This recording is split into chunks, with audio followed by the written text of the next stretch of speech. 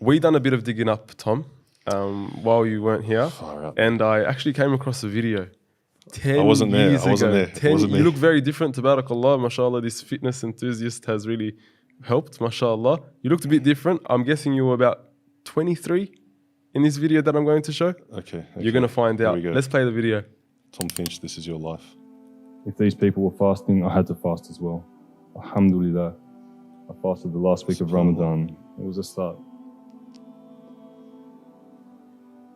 After telling my mother that I was going to be a Muslim, she didn't look at me for almost a week. Before speaking with her, I was happy that I'd found my religion after the prayer, research, and thought I'd invested to reach this decision. After seeing how upset my mother was, I began to doubt whether I was making the right decision.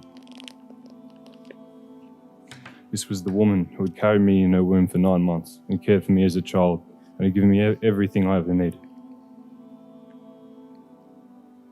As you'd guess, by this stage I was pretty upset. After speaking with a friend, I was back on track after establishing that the reasoning behind making this change is for me. Pleasing my parents is important, but pleasing my Creator was of ultimate importance. Wow. Wow. Allahu Akbar. SubhanAllah. Take us back to that moment. What was it like? The first year. The first year coming to your parents and just saying, look, you know, this is what I've chosen. I guess what gets me a bit emotional is I think the dynamic between me and my mother. My mother is an amazing woman. She's the most important person in my life, and she didn't receive the news particularly well. I think in hindsight she maybe understands it a bit better now, along with probably a few other people. But it was very difficult for her. In particular, the first few years. I think it probably took about 3 years for us to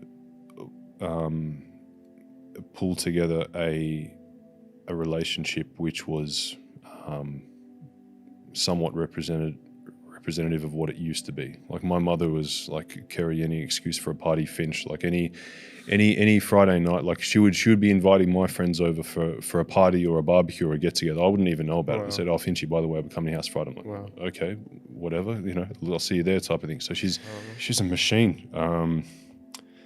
Yes. What do you think worked? What do you think, didn't go to your advantage? I'll tell you what did work. Grandkids. So when grandkids came, that changed the game. It softened the hearts. What didn't work well? Yeah, what didn't work well?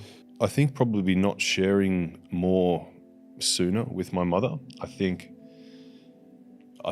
bringing someone along the journey. If someone is really important to you, and you really want to address a serious problem that you have in your life, whether it's a mental health issue or it's an iman or a faith issue or a health issue or whatever it is, like if you're going to make a big change in your life, I think the wise approach is you need a support team around you, and you need to bring people on the journey. If you enjoyed this video and everything else that OnePath does and would like to see us produce more content, then please support us. Go to www.onepathnetwork.com. You can support us from as little as $1 a day. Much love and appreciation, and may Allah bless you all.